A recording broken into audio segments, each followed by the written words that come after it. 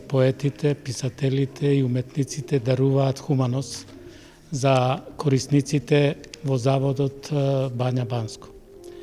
И оттамо, по тој пат на светлината со босоногата, продолжуваме еве на оваа завршна вечер или манифестација, каде што јас секаде подарував слики, оние што донираа за сликите одат во хуманитарни цели.